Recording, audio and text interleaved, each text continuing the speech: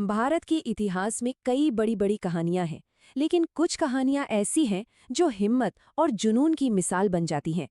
आज हम एक ऐसे ही साम्राज्य की बात करेंगे, एक ऐसा साम्राज्य जो लगभग शून्य से खड़ा हुआ, जिसकी नींव रखी गई थी सिर्फ और सिर्फ हिम्मत, रणनीति और जबरदस्त महत्वाकांक्षा पर। जी हाँ, हम बात कर रहे हैं मराठा साम्राज्य की। तो चलिए इस कहानी को शुरू करते हैं एक बहुत ही दमदार सोच के साथ। ये सोच थी पेशवा बाजीराव प्रथम की। उन्होंने कहा था, आइए इस पुराने पेड़ की जड़ों पर वार करें, टहनियां तो अपने आप गिर जाएंगी। अब सोचिए, ये पुराना पेड़ कौन था? ये था उस वक्त का सबसे ताकतवर मुगल साम्राज्य। तो बस इस एक लाइन से पता चलता है कि मराठों के इरादे कितने बड़े और कितने बुलंद थे।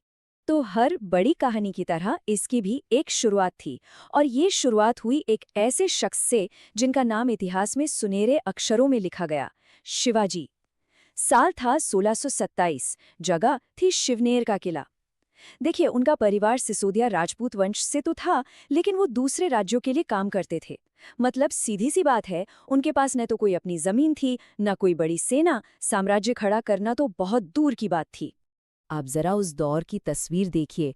एक तरफ थे मराठा, जिनके पास साधन बहुत कम थे, एक तरह से नई नई शुरुआत ही थी। और दूसरी तरफ ताकत का पहाड़ मुगल साम्राज्य, जिसके पास बेहिसाब दौलत थी, विशाल सेनाएं थीं और जिसका परचम पूरे हिंदुस्तान पर लहरा रहा था। ये सच में एक छोटी सी ताकत की एक बहुत बड़ी ताकत से टक्कर थी। मतलब चुनौती इतनी बड़ी थी कि कोई सोच भी नहीं सकता था। तो सवाल ये उठता है कि इतनी बड़ी और मुश्किल चुनौती का सामना कैसे किया जाए। जाहिर है, सीधी लड़ाई तो मुमकिन नहीं थी। शिवाजी को ये बात अच्छी तरह पता थी। इसीलिए उन्हें कुछ अलग, कुछ नया सोचना था। और उन्होंने एक ऐसी युद्ध नीति अपनाई जो आने वाले वक्त में उनकी पहचान बन गई। और ये रणनीति थी गुरिल्ला युद्ध की, जिसे हम छापामार युद्ध भी कहते हैं। देखिए, इसका आइडिया उन्होंने अहमदनगर के मलिक अहमद से लिया था। फंडा बहुत सिंपल था। पहला, सबसे सही मौके का इंतजार करो। दूसरा, जब दुश्मन को बिल्कुल उम्मीद न हो तब पूरी रफ्तार से हमला करो। तीसरा, हमला करने के बाद लड़ते मत रहो, बल्कि तेजी से पहाड़ियों और जंगलों में गायब हो जाओ।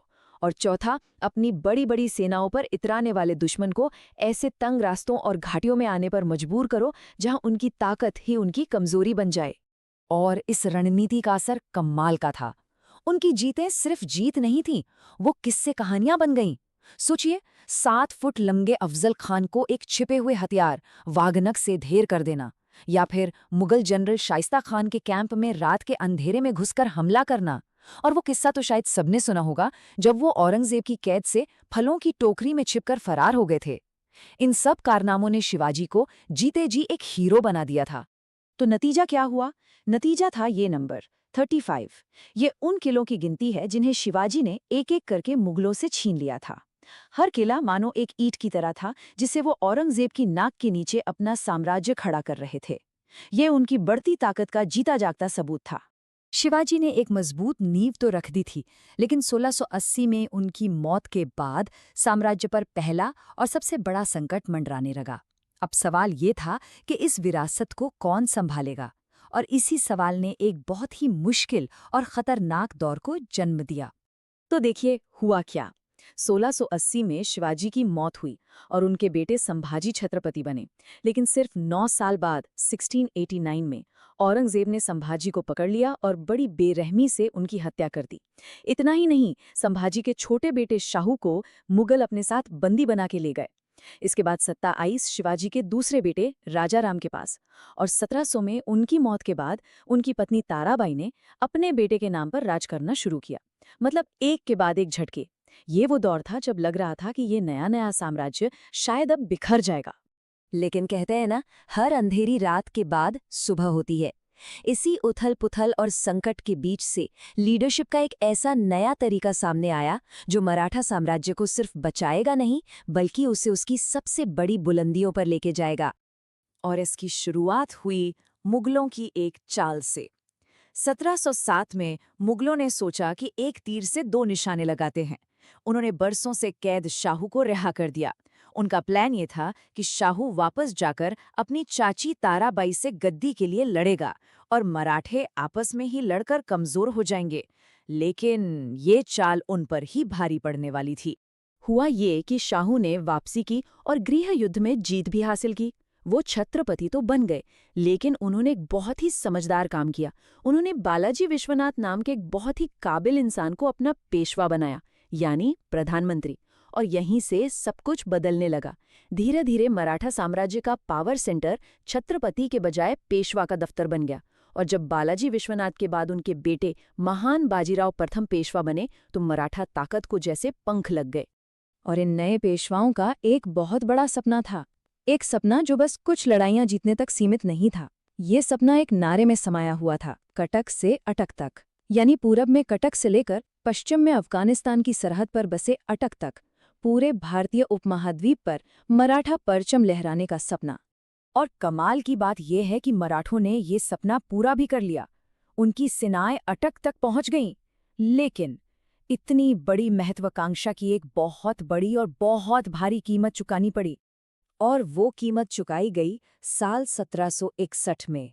इतिहास का एक ऐसा साल जो मराठा साम्राज्य के लिए फैसले का दिन लेकर आया।